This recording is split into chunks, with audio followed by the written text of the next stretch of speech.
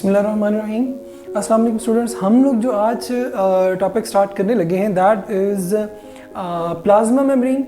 Actually chapter 1 है MD cat का और बहुत इंपॉर्टेंट चैप्टर है। 9 to 10 MCQ जो है वो हर साल पेपर में जो है वो आते हैं और इस टॉपिक में से भी ऑलमोस्ट जो है वो 2 MCQ जो है वो पूछे जाते हैं। और इससे के अलावा हम कोशिश करेंगे कि आज का जो हमारा लेक्चर है ये थोड़ा कॉम्प्रिहेंसिव होगा। इन 2 MCQs के अलावा यानी जो चैप्टर्स इस टॉपिक से आते हैं उससे हट के पूरी फर्स्ट ईयर और सेकंड ईयर की बायोलॉजी में डिफरेंट प्लेसेस के ऊपर इस मेम्ब्रेन की जो एप्लीकेशन है वो हम देखेंगे कहाँ कहाँ पे हमारे पास। कोशिश करेंगे हम उसको सॉर्ट आउट करें ताकि इन 2 MCQs से हट के बाकी के MCQs भी जो हम कवर कर सकें। ठीक हो गया। अच्छा, तो हमारे पास याद रखिएगा हमने कहा जी कि प्लाज्मा मेम्ब्रेन, इसको हम सेल मेम्ब्रेन भी कहते हैं, इसको हम सेल सरफेस मेम्ब्रेन भी कहते हैं। ठीक हो गया। इसको हम प्लाज्मा लीमा भी कहते हैं, याद रखिएगा। ठीक है, ये थोड़ी हट के टर्म है। अच्छा, इसी तरह 2 फंक्शनैलिटी की बेस पे भी इसकी जो है वो हमारे पास आ जाती हैं, जिसमें for example selectively permeable membrane, ठीक हो गया, या डिफरेंशियली परमिएबल मेम्ब्रेन भी जो है उसको कहा जाता है। ठीक हो गया।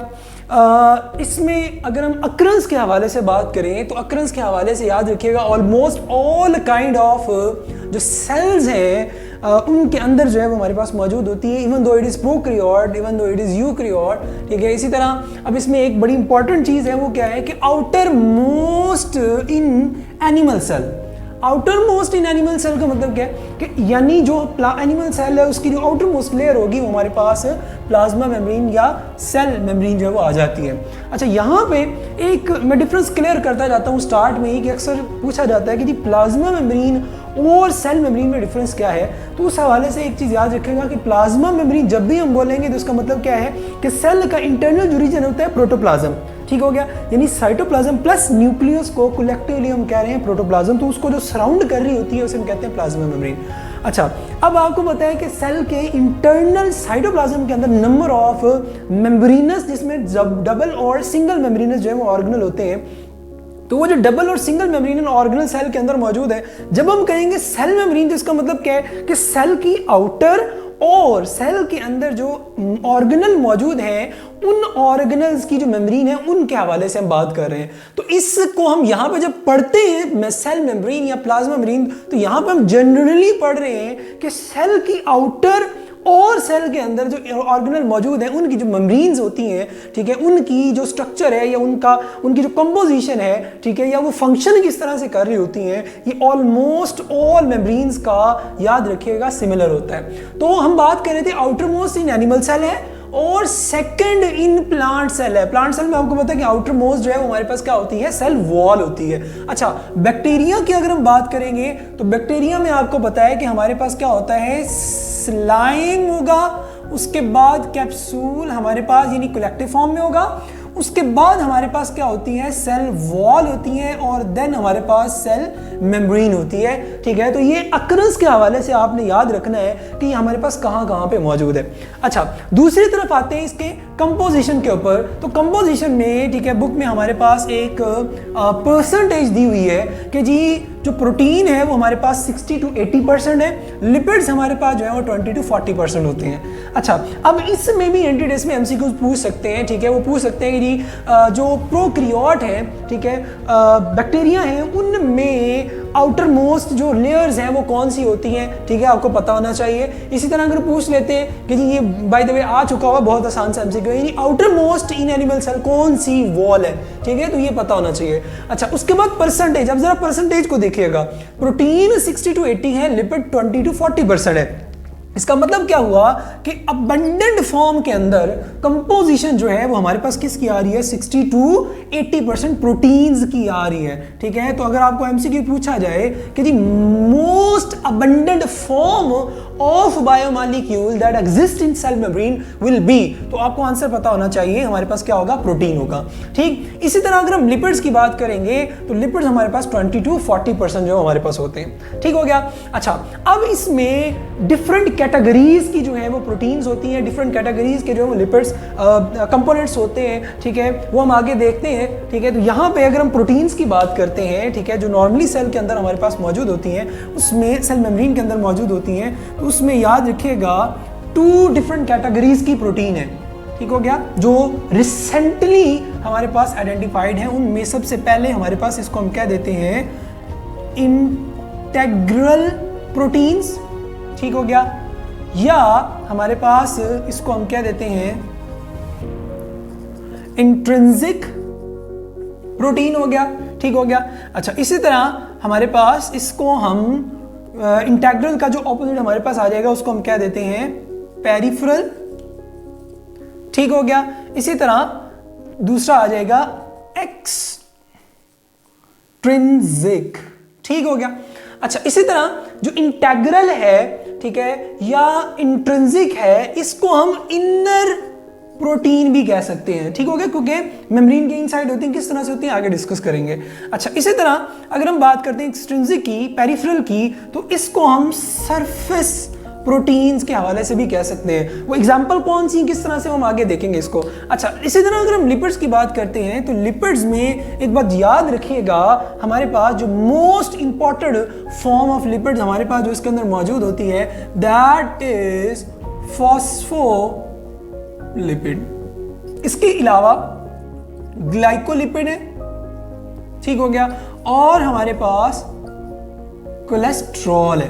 और इसके अलावा अदर कंपोनेंट्स ऑफ द, आप कह सकते हैं हमारे पास बायोमॉलिक्यूल हो सकते हैं लिपिड्स के। ठीक है, मगर वो डिपेंड करता है कि हम कौन से सेल की बात कर रहे हैं। अच्छा, ये तो हमारे पास हो गया। अच्छा, यहाँ पे बड़ी इंपॉर्टेंट चीज आ जाती है, मैं यहाँ लिख देता हूँ कि मोस्ट, अब वो पूछता है कि जी most abundant form of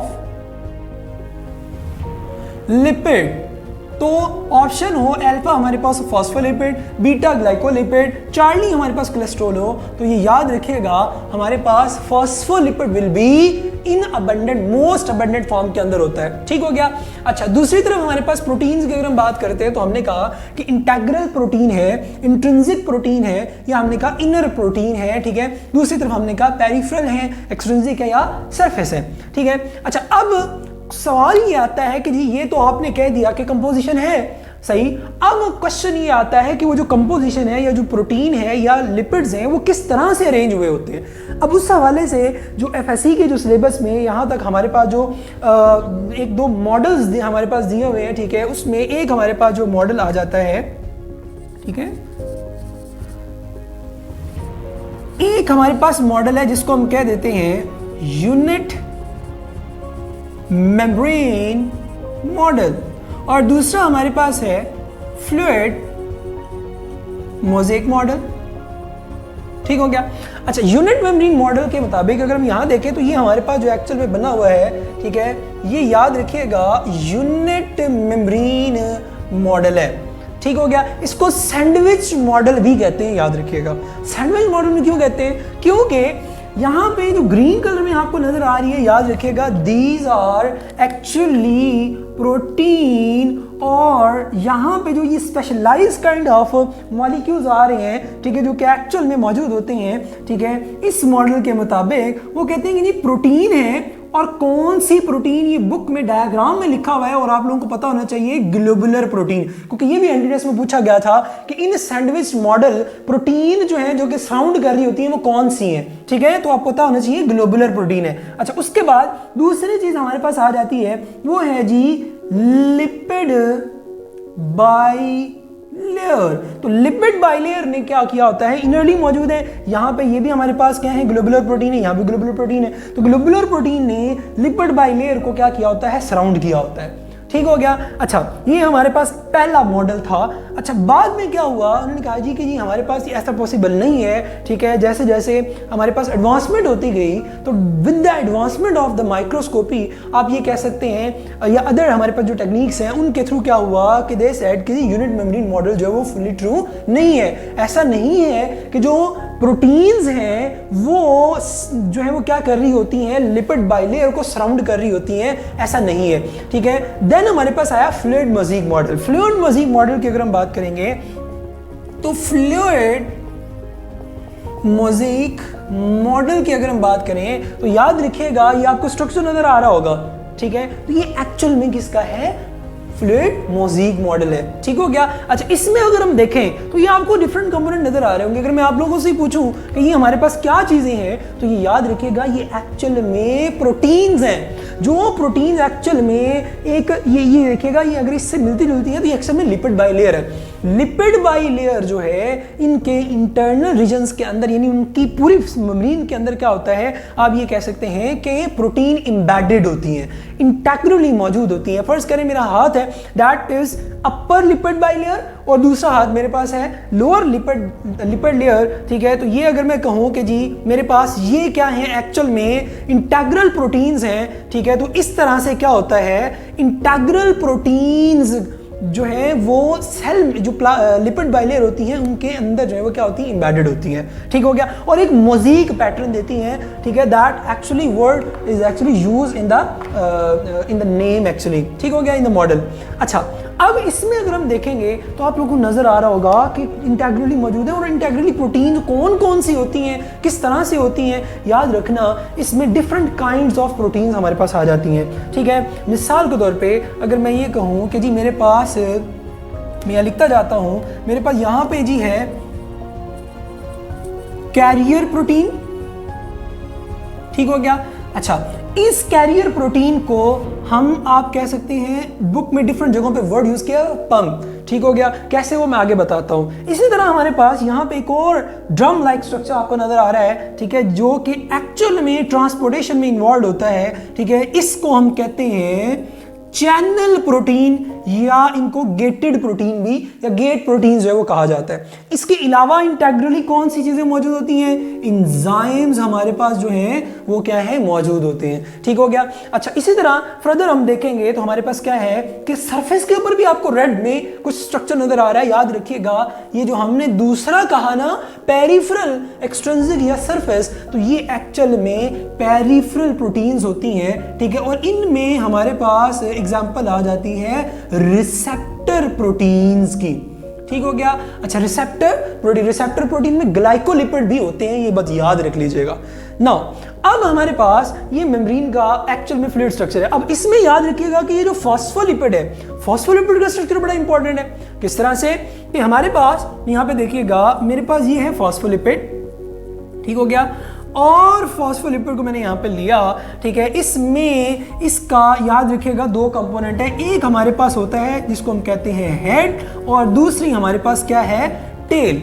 head हमारे पास याद रखिएगा क्या होता है, पोलर। जो टेल होती है दैट इज नॉन पोलर। इसी तरह अगर हम बात करते हैं हेड हमारे पास पोलर है, तो क्वेश्चन आपको पूछा जा सकता है कि जी हेड में कौन सी चीजें हैं या किस वजह से ये पोलर होता है। तो आपको पता होना चाहिए कि जो हेड है एक्चुअल में, हेड में अगर मैं आप लोगों को जो चैप्टर 2 हमारे पास एमडी कैट का होगा, बायोलॉजिकल मॉलिक्यूल्स का, तो उसके अंदर लिपिड्स में हम पढ़ते हैं फॉस्फोलिपिड का स्ट्रक्चर। फॉस्फोलिपिड के अंदर आपने इस तरह का स्ट्रक्चर देखा होगा, जिसमें आपने हेड देखा था, फिर टेल देखी थी। हेड हमारे पास जो है याद रखिएगा नाइट्रोजनस बेस नंबर 1, नंबर 2 हमारे पास ग्लिसरॉल, ठीक हो गया। और नंबर 3 हमारे पास जो इसके अंदर मौजूद होता है that is phosphoric acid. Because of this phosphoric acid actual में क्या होता है, हेड हमारे पास पोलर होता है, ठीक हो गया। और जो टेल हमारे पास है याद रखिएगा that is made up of fatty acids, ठीक हो गया, that is made up of fatty acids. अच्छा, अब जो फैटी एसिड है ये भी हमारे पास दो तरह के हो सकते हैं, ठीक है। पॉसिबिलिटी है कि हमारे पास सैचुरेटेड हो, ठीक है, वही उसी चैप्टर के अंदर हमने पढ़ा हुआ है। और अनसैचुरेटेड हमारे पास होंगे। सैचुरेटेड के केस में क्या होगा कि बिल्कुल हमारे पास क्या होता है कि जो टेल होती है फैटी एसिड मॉलिक्यूल्स की वो बिल्कुल स्ट्रेट चेन होती है, ठीक है। और अनसैचुरेटेड की बात करेंगे तो उसमें याद रखिएगा एक स्ट्रेट चेन होती है और एक थोड़ी सी टेल्ड होती है, ठीक है। तो ये जो डायग्रामेटिकली आपको नजर आ रही है, अगर आप बायोलॉजी की जो है ना इसमें जो चैप्टर है सेल वाला, उसमें भी अगर डायग्राम में देखेंगे ना तो आपको कुछ स्ट्रेट चेन नजर आएंगी और कुछ में हमारे पास क्या होगा, टेल्ड जो है वही होंगी। अच्छा, अब हमारे पास, ठीक है, यहां पे याद रखिएगा जो हेड हमने कहा पोलर है। अब इसमें एक बड़ी इंपॉर्टेंट चीज, बहुत इंपॉर्टेंट एमसीक्यू पूछा जा सकता है, वो कहते हैं जी हेड में कौन सी चीजें मौजूद हैं, तो पता होना चाहिए nitrogenous base, glycerol and phosphoric acid. Tail में कौन सी चीजें मौजूद हैं, फैटी एसिड। अच्छा, आपको बोलता है कि फॉस्फोलिपिड का कौन सा कंपोनेंट है हमारे पास जो कि पोलर होता है, पता होना चाहिए हेड। वो कहता है फॉस्फोलिपिड का कौन सा स्ट्रक्चर है जो नॉन पोलर होता है, पता होना चाहिए नॉन जो टेल। इसी तरह अगर वो पूछता है कि जी फॉस्फोलिपिड का कौन सा कंपोनेंट है जो हाइड्रोफिलिक है, तो पता होना चाहिए हमारे पास क्या होगा, जो हेड होता है वो हमारे पास क्या होता है, हाइड्रोफिलिक होता है। और जो टेल होती है, tail is hydrophobic. Tail is what, hydrophobic. ठीक हो गया। तो अब ये डिफरेंट एमसीक्यू सिर्फ एक फॉस्फोलिपिड के स्ट्रक्चर से पूछे जा सकते हैं। It is actually link to chapter 2, यानी जो बायोमॉलिक्यूल का है, और यहां पे भी हम इसको लिंक कर सकते हैं। समझ आ गई इस बात की। अच्छा, अब एक और बड़ी इंपॉर्टेंट एमसीक्यू है, ठीक है, वो आपको पूछ ले, फर्ज करे वो कहता है कि जी सेल मेम्ब्रेन के अंदर फॉस्फोलिपिड का, बहुत इंपॉर्टेंट एमसीक्यू है, याद रखना, सेल मेम्ब्रेन के अंदर फॉस्फोलिपिड का जो स्ट्रक्चर है, यानी हाइड्रोफिलिक या हाइड्रोफोबिक, कौन सा जो है वो एक दूसरे को फेस कर रहा है, यानी क्या हाइड्रोफोबिक एक दूसरे को फेस कर रहा है या हाइड्रोफिलिक आपको फेस कर रहा है। तो यहां देखें जरा, ये हमारे पास स्ट्रक्चर बना हुआ है। अब इस स्ट्रक्चर के अंदर ये हेड्स हैं, ये टेल है। टेल एक दूसरे को क्या कर रही है, फेस कर रही है, और जो हेड्स हैं ये एक दूसरे से क्या है, अपार्ट फ्रॉम ईच अदर पड़े हुए हैं। सही। तो ये भी एमसीक्यू आप लोगों ने याद रखना है कि फॉस्फोलिपिड का कौन सा स्ट्रक्चर जो है वो हमारे पास क्या है, सेम या एक दूसरे को फेस कर रहा होता है, हेड या टेल। ठीक है, हाइड्रोफिलिक या हाइड्रोफोबिक, दोनों तरह से आपने याद रखना है। अच्छा, इसके अलावा हमने यहां पे देखा कि हमारे पास कोलेस्ट्रॉल भी मौजूद होता है। ठीक है, तो ये हमारे पास एक्चुअल में कोलेस्ट्रॉल के जो है वो मॉलिक्यूल्स हैं जो कि डिफरेंट इंटरवल्स के ऊपर जो है वो मौजूद होते हैं। अच्छा, एक और बड़ा इंपॉर्टेंट एमसीक्यू आता है इसके स्ट्रक्चर, यानी इसकी मॉर्फोलॉजी से।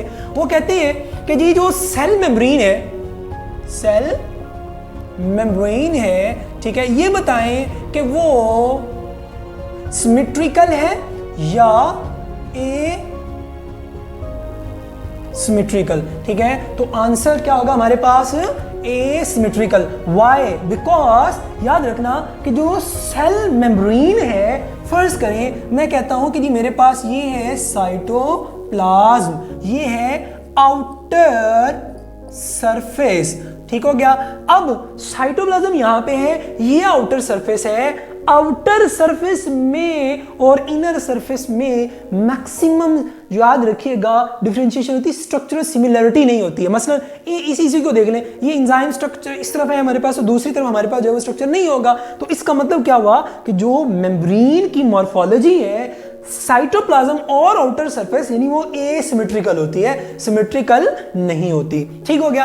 अच्छा, अब इसको हम लेके चलते हैं। हमने देखा कि हमारे पास इसका अक्रंस कहाँ है, ठीक है, कंपोजिशन देखी, उसकी कंपोजिशन के लिहाज से जो मॉडल्स हैं वो हमने देख लिए, और उसके कुछ हद तक जो एमसीक्यूज हमारे पास आते हैं वो हमने देख लिए। अब हम चलते हैं उसके फंक्शंस के ऊपर, फंक्शंस कह लें या उसके एप्लीकेशंस के ऊपर, कि how this structure is actually applied through out first year and second year. अच्छा, मैंने यहां पे एक लिस्ट लिखी हुई है, ठीक है, मैं सिंपली आप लोगों से अगर पूछूं, ये लिस्ट हमारे पास है जिसमें गैस, ऑक्सीजन, कार्बन डाइऑक्साइड है, स्टीरॉइड है, इसी तरह न्यूट्रिएंट, फूड पार्टिकल या बैक्टीरिया है, लिपिड्स हमारे पास है, वायरस है, सोडियम पोटेशियम क्लोराइड है, अपोप्टोटिक बॉडी है। ठीक है, तो मेरा क्वेश्चन ये है कि ये जो कंपोनेंट्स हैं या ये जो मॉलिक्यूल हैं या जो कंपोनेंट्स हैं, ये स्ट्रक्चर्स हैं, ये किस तरह से सेल की आउटर सरफेस से सेल की इनर सरफेस पे आते हैं। ठीक है, जरा सोचिएगा इस हवाले से। ठीक है, और किस तरह से आते हैं मैं इसको एक्सप्लेन भी करता हूँ, मगर उससे पहले